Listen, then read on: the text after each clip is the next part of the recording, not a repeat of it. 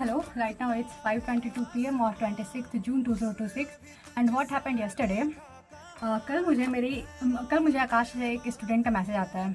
उसका second drop था और हम दोनों सेम ही बैच में थे इस साल। उसने नीट दिया एंड CUT भी दिया। CUT में उसके स्कोर आ रहे हैं लाइक 590 आउट ऑफ 750 एंड आकाश में जो मॉक टेस्ट होते थे लाइक स्टार्टिंग से लेकर लास्ट तक, स्टार्टिंग में तो उसके काफ़ी अच्छे मार्क्स आते थे 690, 675, 680, बट लास्ट जाते जाते उसके मार्क्स 500 के आसपास चले गए। मतलब हाँ 500, 498 के आसपास चले गए। मैंने ओवरऑल कभी किसी से बातचीत तो की नहीं, मतलब जब मैं क्लास जाती थी या फिर जब मैं मॉक टेस्ट देती थी मैं किसी से बातचीत ज़्यादा करती नहीं थी, क्योंकि मेरे मार्क्स पर लाइक 620, 636, 630, 640 मैक्सिमम जाता था। और मेरा रेंज थोड़ा फिक्स रहता था, लाइक बहुत ज़्यादा अप नहीं, बहुत ज़्यादा डाउन नहीं, 5 मार्क्स ऊपर या फिर 5 मार्क्स नीचे, मैक्स 10 मार्क्स ऊपर, 10 मार्क्स नीचे। मतलब मेरा वो जो ग्राफ रहता था वो थोड़ा सा कांस्टेंट टाइप का रहता था। बट हाँ कभी कभी लाइक थोड़ा हेल्थ इशू हुआ तो मेरा मार्क्स काफ़ी डाउन चला जाता था, बट ऐसे ओवरऑल मेरा ग्राफ थोड़ा कांस्टेंट रहता था। तो कल हुआ क्या कि उसने मुझे मैसेज किया एंड शी वॉज आस्किंग कि क्या उसको एक और ड्रॉप लेना चाहिए। मतलब वो मुझसे पूछ रही थी कि मैं एक और ड्रॉप लूँ या CUT के थ्रू कोई कोर्स लेकर आगे बढ़ जाऊँ। तो मैंने उससे कुछ 3 सवाल पूछे।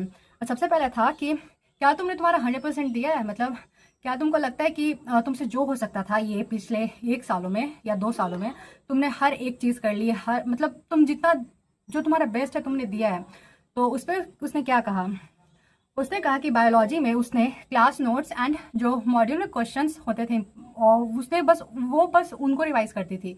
लाइक उसने NCERT के हर एक लाइन, NCERT को लाइन बाय लाइन नहीं पढ़ा था। NCERT में you have to read summary part, introduction part, और NCERT में जो चैप्टर के अंदर जो भी कुछ लिखा है तुमको हर चीज़ पता होना चाहिए, डायग्राम पता होना चाहिए, हर एक वर्ड पता होना चाहिए कि ये वर्ड कहाँ पे है, ये किस पैराग्राफ में है, किस पेज में है।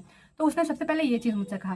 देन उसने मुझे क्या कहा कि उसने इनऑर्गेनिक में भी सेम चीज़ किया था। लाइक उसने NCERT को लाइन बाय लाइन नहीं पढ़ा था और बार बार नहीं पढ़ा था। उसमें भी उसने मुझसे कहा कि वो पिछले 6 सालों के PYQs को देखा इनऑर्गेनिक एंड बायो में, और उसी के अकॉर्डिंग उसने इंपॉर्टेंट टॉपिक्स को चूज किया चैप्टर वाइज, और वो उन्हीं पे बार बार काम करती थी। लाइक उसने एक्स्ट्रा कुछ नहीं किया। NCERT को बार बार पढ़ने की जगह वो बस पिछले कुछ 6 सालों के PYQ को ही एनालाइज करते रहती थी और उसी को बार बार रिवाइज करते रहती थी, उन्हीं टॉपिक्स को पढ़ती थी।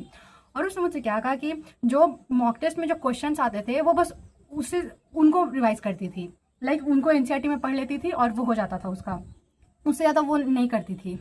उसके बाद मैंने उससे दूसरा सवाल पूछा, वो था कि जितने भी मॉक टेस्ट हुए हैं ओवरऑल पूरे ईयर में, हमारे नीट में 180 सवाल होते हैं, 180 मिनट में करना होता है। तो मैंने उससे पूछा कि क्या तुमने 180 सवाल को अच्छे से एनालाइज किया, मतलब